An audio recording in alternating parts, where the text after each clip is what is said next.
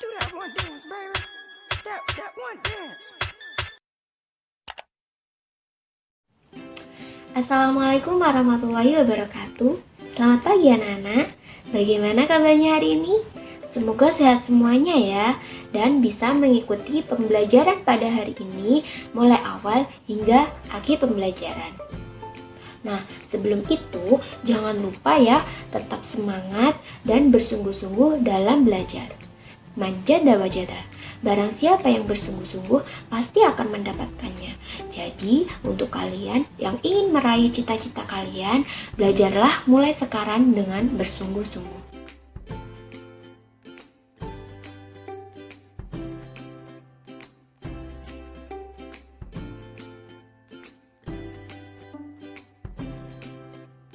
Tema pembelajaran pada hari ini yaitu tentang pluralitas masyarakat Indonesia. Tujuan pembelajaran pada hari ini yaitu yang pertama, peserta didik dapat menjelaskan pengertian pluralitas. Yang kedua, peserta didik dapat mengidentifikasi perbedaan agama dalam masyarakat Indonesia. Yang ketiga, peserta didik dapat mengidentifikasi perbedaan budaya dalam masyarakat Indonesia. Yang keempat, peserta didik dapat membuat contoh perbedaan agama di lingkungan sekitar tempat tinggal masing-masing. Yang terakhir, peserta didik dapat membuat contoh perbedaan budaya di tempat tinggal masing-masing. Sebelum kalian menyimak video pembelajaran setelah ini, alangkah lebih baiknya kalian menyiapkan alat tulis kalian terlebih dahulu. Setelah itu, tulis poin-poin penting yang terdapat dalam video pembelajaran setelah ini. Setelah itu, jika dari salah satu kalian ada yang belum memahami penjelasan di video pembelajaran setelah ini, kalian bisa menanyakan melalui grup WhatsApp yang sudah disediakan oleh sekolah. Baiklah, langsung saja kita akan membahas tentang pengertian pluralitas. Masyarakat Indonesia dikenal sebagai masyarakat yang religius.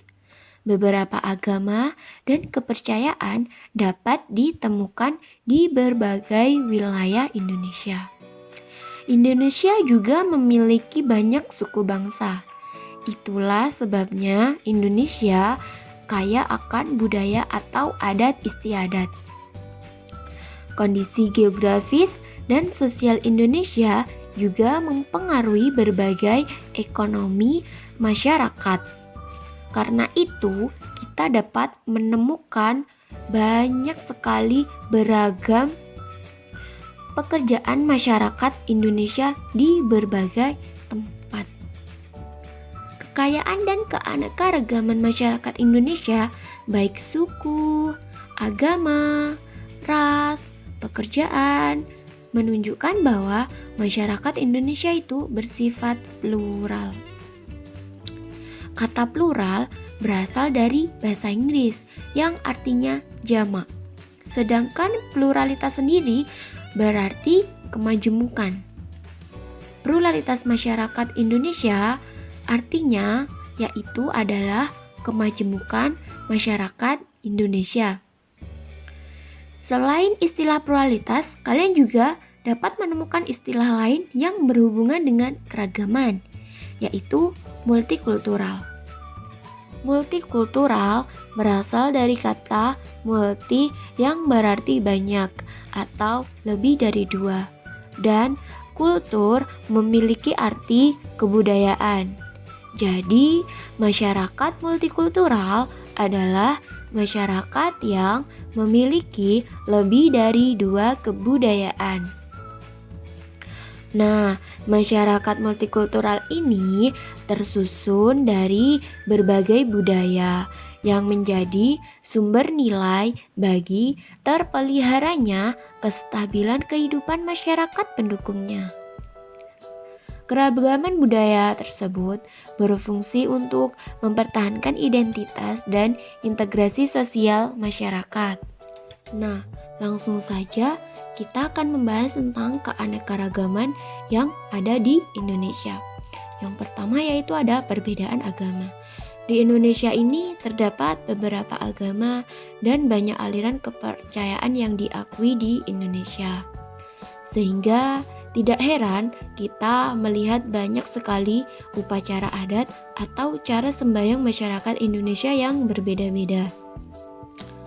Ada 6 agama yang diakui di Indonesia. Yang pertama Islam, kedua Kristen Protestan, yang ketiga Katolik, yang keempat Hindu, dan yang kelima Buddha, lalu yang terakhir ada Konghucu. Selanjutnya, mari kita bahas tentang agama yang pertama yaitu agama Islam. Pada saat ini, agama Islam merupakan agama yang dipeluk sebagian besar masyarakat Indonesia.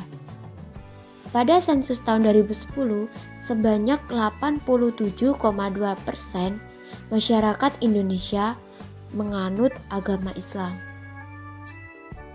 Agama Islam diperkirakan telah sampai di Indonesia pada abad ke-7 yang kemudian diikuti perkembangan kerajaan-kerajaan bercorak Islam di Indonesia. Sebelum kedatangan Islam, ternyata ada agama lain yang sudah masuk pada Indonesia, yaitu agama Hindu dan Buddha yang masuk ke Indonesia dan berkembang sejak sekitar abad ke-4 Masehi. Nah, umat Islam sendiri memiliki beberapa hari besar yang dirayakan setiap tahunnya, seperti Hari Raya Idul Fitri dan Hari Raya Idul Adha. Sebelum melaksanakan perayaan Idul Fitri, umat Islam selalu melaksanakan puasa 1 bulan penuh di bulan Ramadan. Selain itu, ada hari yang juga merupakan hari penting bagi umat Islam, yaitu adalah hari Jumat. Pada hari Jumat ini, semua laki-laki diwajibkan untuk melaksanakan ibadah salat Jumat secara berjamaah di masjid.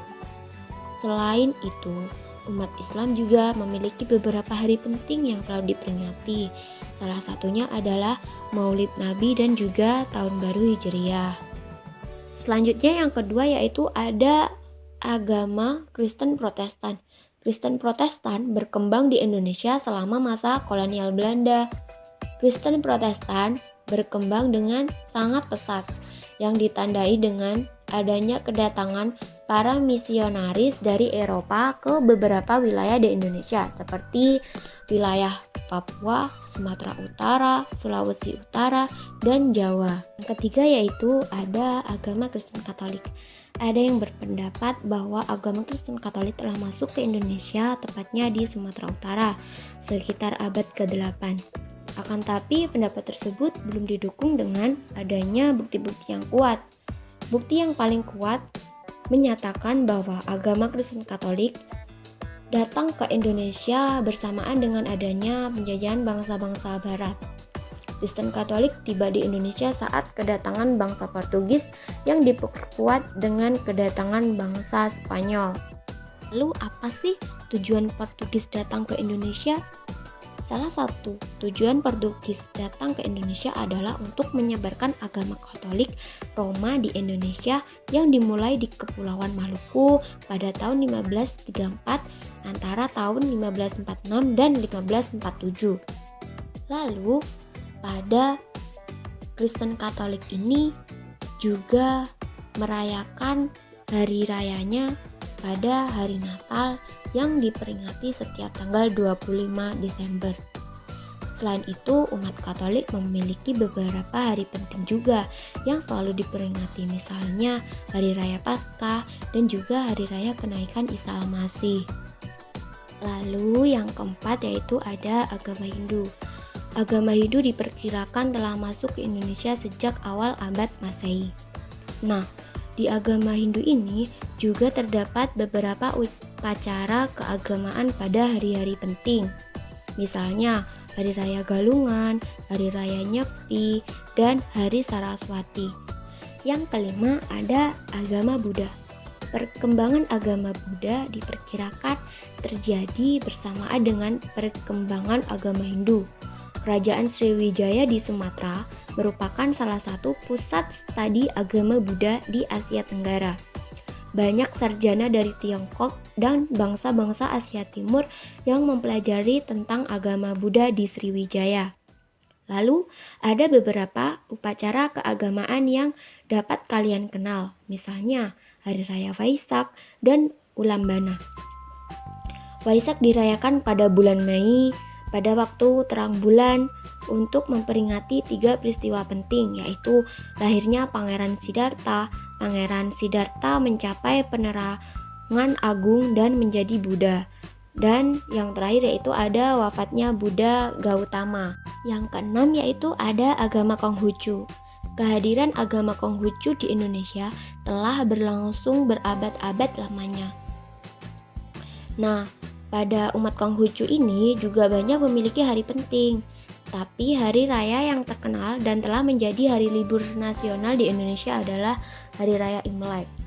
Selanjutnya, kita akan membahas tentang perbedaan budaya. Lalu, apakah kalian tahu apa yang dimaksud dengan budaya dan kebudayaan? Nah, menurut Kuncharaningrat menjelaskan bahwa kata kebudayaan berasal dari Sanskerta yang artinya adalah budaya, yang merupakan bentuk jamak dari budi yang berarti budi atau kekal. Kultur adalah kata asing yang berasal dari kata bahasa Latin color yang berarti mengolah, mengerjakan, dan terutama yang berhubungan dengan pengolahan tanah atau bertani. Bagaimanakah cara melihat hasil-hasil budaya? Nah, kalian perlu mewujudkan wujud kebudayaannya agar lebih mudah memahami berbagai hasil budaya manusia. Menurut sosiolog Gigi Hunikman, terdapat 3 wujud budaya, yaitu ada gagasan, tindakan, dan juga karya. Lalu selanjutnya ada penjelasan dari Kuncharaningrat tentang 7 unsur kebudayaan yang dapat membantu kita agar lebih mudah dalam memahami secara nyata tentang kebudayaan. 7 unsur kebudayaan yang dianggap sebagai budaya universal tersebut yaitu ada yang pertama, peralatan dan perlengkapan hidup manusia. Yang kedua, mata pencarian hidup dan sistem-sistem ekonomi. Yang ketiga, ada sistem kemasyarakatan. Yang keempat, ada bahasa. Yang kelima, kesenian. Dan yang keenam, ada sistem pengetahuan. Lalu yang terakhir, yaitu ada religi atau sistem kepercayaan. Lalu, faktor-faktor yang mempengaruhi perbedaan budaya masyarakat di Indonesia yang pertama yaitu ada perbedaan lokasi dan perbedaan agama atau keyakinan. Untuk perbedaan budaya, kita dapat mengenalinya dengan melalui bentuk-bentuk pakaian tradisional, tarian daerah, rumah adat, dan lain-lain. Lalu untuk fungsi keragaman budaya sendiri yaitu yang pertama sebagai daya tarik bangsa asing, yang kedua untuk mengembangkan kebudayaan nasional, yang ketiga tertanamnya sikap toleransi, yang keempat saling melengkapi hasil budaya, dan yang kelima dapat mendorong inovasi kebudayaan. Nah, cukup sekian penjelasan dari saya. Mungkin ada yang belum paham atau perlu ditanyakan, silakan diskusikan di grup WhatsApp yang sudah disediakan oleh sekolah.